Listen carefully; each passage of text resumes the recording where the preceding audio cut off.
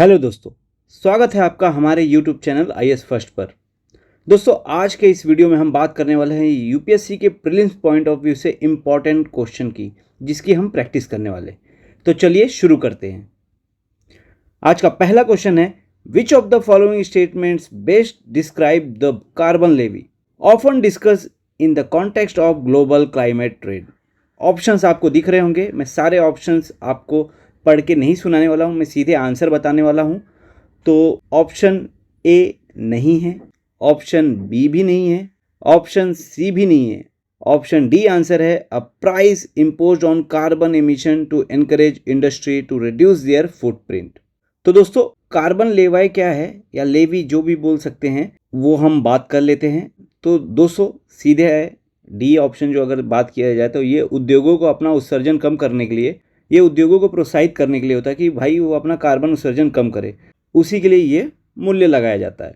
और यह जो है ये प्रदूषण फैलाने वाला भुगतान करे, यानी पॉल्यूटर पेज के सिद्धांत पर आधारित है। अगर कोई कंपनी ज़्यादा CO2 पैदा करती है, मतलब ज़्यादा CO2 उत्सर्जन करती है, तो उसे ज़्यादा टैक्स देना होगा। इससे क्या होगा, इससे कंपनियां जो है वह क्लीन टेक्नोलॉजी अपनाने की कोशिश करती हैं। सेकेंड क्वेश्चन है, with reference to ancient Indian history, the term एरीपट्टी refer to। आपको ऑप्शंस दिख रहे हैं। वीडियो रोक कर आप ऑप्शंस पूरा पढ़िए और खुद अपने मन में मेरे आंसर बताने से पहले अपना आंसर भी नोट कीजिए, ताकि आपकी प्रैक्टिस भी होती रहेगी। तो इसका आंसर है option D, a special category of land the revenue from which was set apart for maintenance of the village tank। यानी ये भूमि की एक विशेष श्रेणी है जिससे प्राप्त राजस्व गांव के जलाशय के रख रखाव के लिए रखा जाता है। दक्षिण भारत, विशेषकर ये पल्लव और चोल काल में सिंचाई के लिए जलाशय बहुत महत्वपूर्ण होते थे। एरीपट्टी वह भूमि थी जिसका लगान केवल गांव के तालाब की मरम्मत और सफाई के लिए इस्तेमाल होता था। तो याद रखना, साउथ यानी दक्षिण भारत से ऐसे क्वेश्चन आते हैं, तो इसे याद कर लेना, नोट कर लेना, एरीपट्टी क्या होता है। अगला क्वेश्चन है, the Helsinki point sometimes mentioned in news are related to which of the following. Options आपको दिख रहे हैं, मैं सीधे आंसर बताने वाला हूं। तो इसका आंसर है option B, a framework for resolving the border dispute between Turkey and Armenia. ये न्यूज में भी था, तो इसे आप याद रखना, क्योंकि पिछले 2-3 वर्षों से अगर आप देखोगे ट्रेंड, ये तुर्की का रीजन हो गया, ईरान का रीजन हो गया, जॉर्जिया का रीजन हो गया और यूक्रेन का रीजन हो गया। यहाँ से आपको कोई ना कोई एक लोकेशन पूछ लेगा, बोलेगा ये कहाँ पर है, ये क्यों न्यूज में था। तो याद रखना, हेलसिंकी पॉइंट्स भी पूछ सकता है, क्योंकि भाई ये डिस्प्यूट खत्म करने के लिए था। तो दोस्तों, हेलसिंकी पॉइंट्स जो है ये ऐतिहासिक विवादों को खत्म करके ये दोनों देश यानी तुर्की और आर्मेनिया, इन दोनों देशों के बीच कूटनीतिक संबंध फिर से शुरू करने के लिए एक कोशिश की गई थी। चौथा क्वेश्चन है, consider the following pairs regarding traditional craft and their state. सीधी सी बात है, जो वहाँ के पारंपरिक क्राफ्ट हैं और यानी हस्तशिल्प है, और उसके ही रिस्पेक्टिव में वो कौन से स्टेट से, कौन से राज्य से बिलोंग करते हैं, ये पूछा है। तो ऑप्शंस नहीं बताऊंगा, लेकिन जो स्टेटमेंट है वो देख लो। पैठनी साड़ी महाराष्ट्र, पोचमपल्ली इकत कर्नाटका और कसावू साड़ी केरला। तो अब बताओ कौन सा सही है, इसमें से पूछा है। तो इसका आंसर है ऑप्शन सी, 1 और 3। तो दोस्तों, पैठनी साड़ी यह महाराष्ट्र से है और पोचमपल्ली इकत ये तेलंगाना से है, कर्नाटका से नहीं है। और कसावू साड़ी ये केरल है, जो कि सही है। तो 1 और 3 सही है, बाकी गलत है, यानी दूसरा गलत है। फिफ्थ क्वेश्चन है, which one of the following best describe the main boundary thrust MBT in the context of Indian geology. दोस्तों, ये इंपॉर्टेंट क्वेश्चन है ज्योग्राफी के पॉइंट ऑफ व्यू से, और इसके अलावा ये MBT के अलावा MCT और एक HFF है। ये दोनों भी याद कर लेना, क्योंकि बच्चे इसी में कंफ्यूज होते हैं कि MCT पहले था, MBT पहले था या HFF पहले है। तो कंफ्यूज होने वाले ये तीनों टर्म्स है और कंफ्यूज में डालने वाला आयोग भी है, तो याद रखना। तो ऑप्शंस आपको दिख रहे हैं, इसका आंसर है ऑप्शन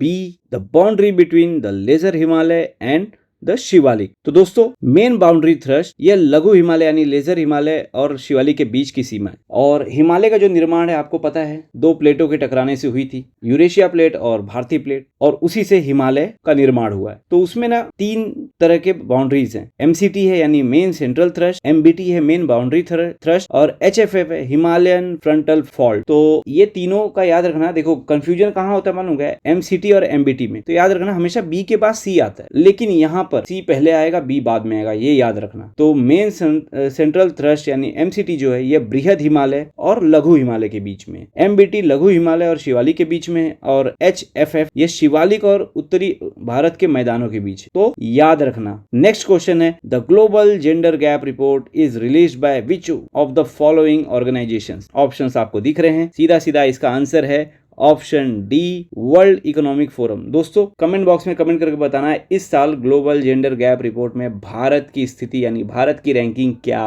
है। तो जल्दी से कमेंट कीजिए। और याद रखना दोस्तों, ये भी एक ट्रिक है कि अगर क्वेश्चन में आपको यूरोपियन यूनियन से रिलेटेड कोई ऑप्शंस दिख रहे हैं, कुछ क्वेश्चन पूछा है, या कोई कानून बनाने से रिलेटेड अगर है और उसमें ऑर्गेनाइजेशन दिया है और उसमें यूरोपियन यूनियन दिया है, तो यूरोपियन यूनियन मारना चाहिए। और अगर ऐसे कोई रिपोर्ट पूछा है और आपको नहीं समझ में आ रहा तो WEF मार दो, क्योंकि नॉर्मली हमने देखा है यूपीएससी में जब भी ऐसे क्वेश्चन आते हैं तो WEF ही आंसर रहता है मोस्ट प्रोबेबली। तो एक ट्रिक आपको यहाँ पे पता चल गया है। नेक्स्ट क्वेश्चन है, in the context of the Indian freedom struggle the Cunningham circular was primarily related to. Options आपको दिख रहे हैं, क्या है आंसर ये आप लोगों को मैं बता रहा हूं। तो इसका आंसर है option C, forcing students and parents to give an undertaking of good behaviour during the civil disobedience movement. यानी सविनय अवज्ञा आंदोलन के दौरान छात्रों और अभिभावकों को अच्छे व्यवहार का वचन देने के लिए मजबूर किया गया था। तो 1930 में असम के शिक्षा निदेशक JR कनिंघम ने यह आदेश जारी किया था। इसका उद्देश्य छात्रों को आंदोलन में भाग लेने से रोकना था, और इसके विरोध में छात्रों ने अपनी पढ़ाई छोड़ दी और आंदोलन को और तेज कर दिया। तो ये काफी इंपॉर्टेंट है, कनिंघम सर्कुलर के बारे में पूछा जा सकता है। नेक्स्ट क्वेश्चन है, which of the following is the correct sequence of the occurrence of port on the western coast of India from north to south. बच्चे यहीं पे गड़बड़ी कर देते हैं, यहाँ पे नॉर्थ से साउथ पूछा है। कभी कभी जल्दबाजी में देखो बच्चे जो होते हैं वो जानबूझ के गलती नहीं करते, उस समय पेपर का प्रेशर इतना रहता है कि ध्यान कभी कभी भटक जाता है। कभी कभी नॉर्थ से साउथ पूछा है तो साउथ से नॉर्थ हम समझ लेते हैं, और कभी साउथ से नॉर्थ पूछा है तो नॉर्थ से साउथ समझ लेते हैं। तो यहाँ पर कंफ्यूज नहीं होना है। और ऑप्शंस आपको दिख रहे हैं, इसका आंसर है option B, Kandla, Marmagao, Mangalore, Kochi. Map में याद रखना, कांडला कहाँ है? गुजरात में, मार्मागांव गोवा में, मैंगलोर कर्नाटका में, कोची केरला में। आप मैप में याद रखना, सबसे ऊपर गुजरात रहता है, फिर महाराष्ट्र, फिर गोवा, फिर कर्नाटका, फिर केरला। तो ऐसे आपको याद रखना है। नेक्स्ट क्वेश्चन है, with reference to black soil in India consider the following statement. तो दोस्तों आपको स्टेटमेंट दिया है, पहला है it is rich in phosphorus and nitrogen, second है it develops deep crack during the dry season. तो which of the following statement given above is or are correct. तो जब सीधे सीधे अगर यूपीएससी में ऐसे क्वेश्चन आते हैं ना कि it is rich in that, it is rich in this, तो वो मोस्टली ना रॉन्ग रहते हैं, मोस्ट ऑफ टाइम वो रॉन्ग ही रहते हैं। तो यहाँ भी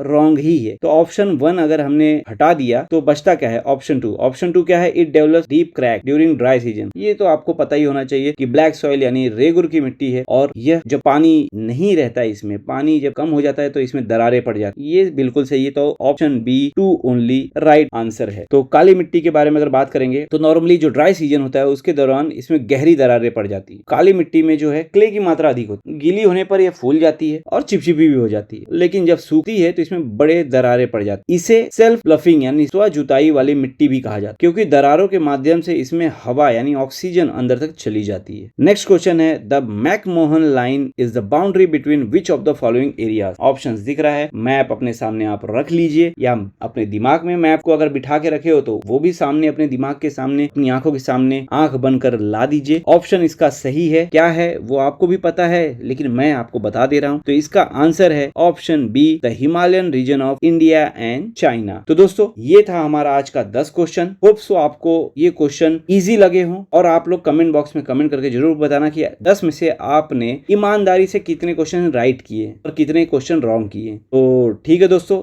होप सो आपको ये वीडियो पसंद आया होगा। अगर वीडियो पसंद आया तो वीडियो को लाइक कर दीजिए, चैनल को सब्सक्राइब करना बिल्कुल मत भूलिए। मिलते हैं आपको नेक्स्ट वीडियो में अगले 10 क्वेश्चन के साथ। तब तक के लिए जय हिंद, जय भारत।